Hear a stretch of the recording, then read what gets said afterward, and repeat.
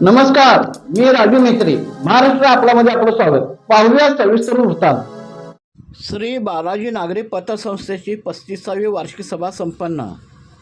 श्री बालाजी नागरी सहकारी पतसंस्थेची 35वी वार्षिक सर्वसाधारण सभा बुधवार दिनांक 26/8/2026 रोजी इचलकरंजी येथील महेश क्लब येथे संस्थेचे सभासद प्रसिद्ध उद्योगपती माननीय श्री सुरेश इंचनाळकर यांच्या अध्यक्षतेखाली खेळीमेळीत पार पडली. यावेळी श्री बालाजी नागरी पतसंस्थेचे संस्थापक चेअरमन मदन कारंडे म्हणाले की दिनांक 17 फेब्रुवारी 1992 रोजी 500 सभासद, 3 कर्मचारी व 1 लाख वसूल भागभांडवल स्थापन झालेले आज आपल्याला वृक्षारोपी सुखद सावली देत आहे. अहवाल अखेर संस्थेकडे सभासद 22,531 इतके आहे. संस्थेच्या अधिकृत भागभांडवल 8 कोटी असून वसूल भागभांडवल 7,26 लाख इतके आहे. अहवाल साल अखेर संस्थेकडे एकूण 163 कोटी 76 लाखाची ठेवी असून संस्थेने 131 कोटी 19 लाख इतके कर्ज वितरण केलेले आहे. संस्थेचे एकूणच व्यवसाय 294 कोटी 95 लाख इतके झालेला आहे.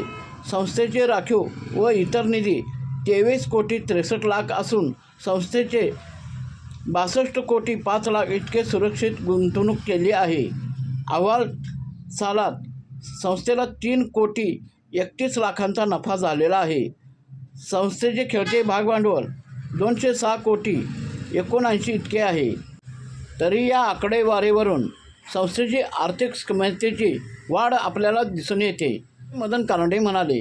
यावेळी वार्षिक सभेप्रसंगी स्वागत संचालक विजय बाबर यांनी केले. संस्थेचे वार्षिक सर्वसाधारण सभेची नोटीस वाचन विषय पत्रिकेला मंजुरी संस्थेचे जनरल मॅनेजर गणेश रेंदाळकर यांनी घेतली. सभासदांनी सर्व विषयांना एकमताने मंजुरी दिली.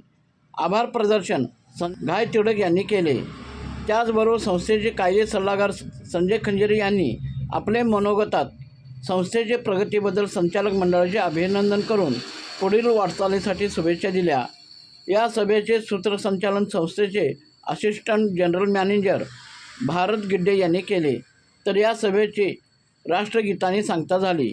यावेळी संस्थेचे चेअरमन माननीय मदनरावजी कारंडे, व्हाईस चेअरमन शिरीष कांबळे, गजानन कडोलकर, सुनील पाटील, भगवान कांबुरे, विजय बाबर, संजय घाय तिडक, कल्लेश्वर वाघमोडे, सचिन शिंदे, श्रीमती दिशा जाधव, सौ संगीता म्हात्रे, शिवाजी कारंडे, संजय झुंजकर, सल्लागार सदस्य कादर तहसीलदार, शीतल दटवाडे, राजेंद्र पारेख, संदीप जाधव, विजय पाटील, शशिकांत राक्षे, यशवंत दळवी, सुनील शिंदे, GM दिनेश रेंदाळकर, त्याचबरोबर सभासद हितचिंतक मोठ्या संख्येने उपस्थित होते.